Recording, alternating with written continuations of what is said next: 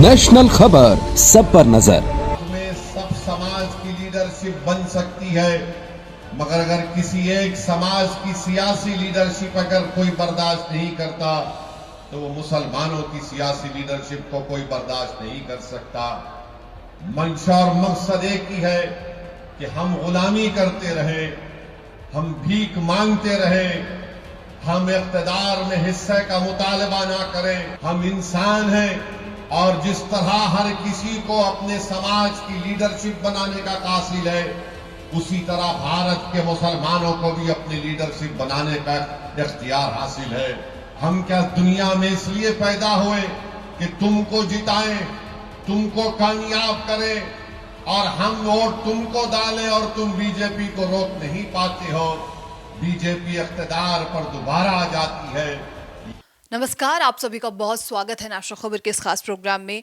अभी तक दिल्ली चुनाव में महज 3 ही पार्टियां काफ़ी ज़्यादा तेज़ी भरती हुई नज़र आ रही थी, बीजेपी, आम आदमी पार्टी और कांग्रेस। लेकिन अब इस मैदान में AIMIM की भी एंट्री हो चुकी है।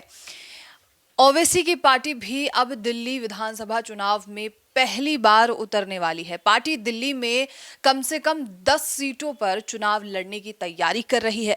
AIMIM नेताओं ने ये जानकारी हालिया ही दी है। पार्टी दिल्ली के मुस्लिम बहुल इलाके पर फोकस कर रही है। AIMIM का कहना है कि आम आदमी पार्टी और कांग्रेस ने मुसलमानों के साथ सिर्फ दिखावा किया है। बीजेपी का कहना है कि AIMIM के आने से सांप्रदायिक तनाव बढ़ सकता है। AIMIM ने दिल्ली के मुस्तफाबाद विधानसभा सीट से पूर्व पार्षद ताहिर हुसैन को टिकट दिया है। हुसैन पहले आम आदमी पार्टी के टिकट पर पार्षद का चुनाव जीत चुके हैं। अब ओवैसी की पार्टी दिल्ली के सिलमपुर, बाबरपुर, बल्ली मारान, चांदनी चौक, ओखला, जंगपुरा, सदर बाजार, मटिया महल और करावल नगर सीट पर भी चुनाव लड़ने की तैयारी में है। AIMIM के दिल्ली महासचिव हाजी मेहरदीन रंगरेज ने बताया कि पार्टी मुस्लिम बहुल सीटों पर ही फोकस कर रही है। इन 10 में से करीब 8 सीटों पर मुस्लिम मतदाता काफी ज्यादा हैं। फिलहाल इन सभी सीटों पर आम आदमी पार्टी का कब्जा बना हुआ है। AIMIM ने चुनाव की तैयारियां भी शुरू कर दी हैं। 18 दिसंबर को ही AIMI के अध्यक्ष असदुद्दीन ओवैसी जो हैं वो मुस्तफाबाद में एक रैली को संबोधित करते हुए नजर आए हैं और ताहिर हुसैन के लिए वोटों की मांग भी की गई है। में सब समाज की लीडरशिप बन सकती है, मगर अगर किसी एक समाज की सियासी लीडरशिप अगर कोई बर्दाश्त नहीं करता तो वो मुसलमानों की सियासी लीडरशिप को कोई बर्दाश्त नहीं कर सकता।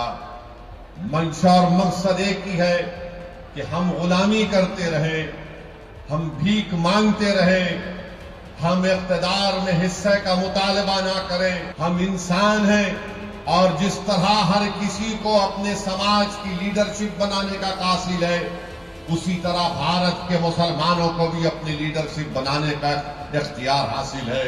हम क्या दुनिया में इसलिए पैदा हुए कि तुमको जिताएं, तुमको कामयाब करें, और हम वोट तुमको डालें और तुम बीजेपी को रोक नहीं पाते हो।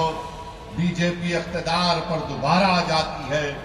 AIMIM के दिल्ली प्रभारी सैयद इम्तियाज जलील ने उन्होंने बताया कि पार्टी अपने पसंदीदा इलाकों में सर्वे कर रही है। उम्मीदवारों का चयन सर्वे के आधार पर ही होगा। उन्होंने आगे कहा कि आम आदमी पार्टी और कांग्रेस पर वो लगातार निशाना साध रहे हैं। उन्होंने कहा कि दोनों ही पार्टियां मुसलमानों को सिर्फ बेवकूफ बना रही हैं, उनकी असल परवाह किसी को नहीं है। जलील ने आगे कहा कि मुस्लिम इलाकों में बुनियादी सुविधाओं की हालात बहुत ज़्यादा ख़राब हैं। शिक्षा और स्वास्थ्य सेवाओं की अगर हम बात कर लें तो वो पूरी तरीके से बदहाल हैं। मुसलमानों ने इन पार्टियों का समर्थन किया है, लेकिन उन्हें सिर्फ धोखा मिला है।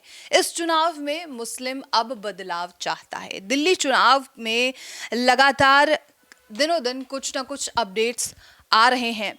अभी तक कई मुद्दे उठाए गए हैं, जिसमें भीमराव अंबेडकर का मुद्दा भी मान लीजिए, 2100 वाला मुद्दा भी मान लीजिए, लेकिन सबसे जो बड़ा वोट बैंक किसी भी पार्टी के लिए माना जाता है और किसी भी पार्टी को के लिए जो सबसे बड़ा वोट बैंक साधने की कोशिश होती है वो मुस्लिम वोट बैंक होता है। ये अभी तक जो आप दांवपेच देख रहे थे राजनीतिक पार्टियों की, वो सिर्फ SC ST और जो बैकवर्ड क्लासेस हैं उन्हें साधने की कोशिश कहीं ना कहीं थी, लेकिन अब जो फैसला लगातार सामने आता जा रहा है AIMIM का मैदान में उतरना, ये कहीं ना कहीं आम आदमी पार्टी के लिए और साथ ही कांग्रेस के लिए भी एक बहुत बड़ा झटका हो सकता है, क्योंकि एक साथ ही जो मुस्लिम वोट है वो AIMIM की तरफ चले जाएंगे और इससे कहीं ना कहीं जो कांग्रेस है और आम आदमी पार्टी है उसका वोट बंटने की आशंका नजर आ रही है।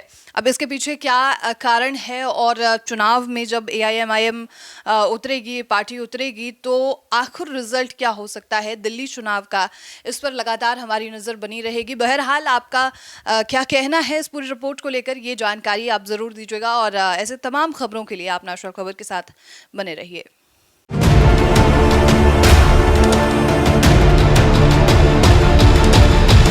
नेशनल खबर, सब पर नजर।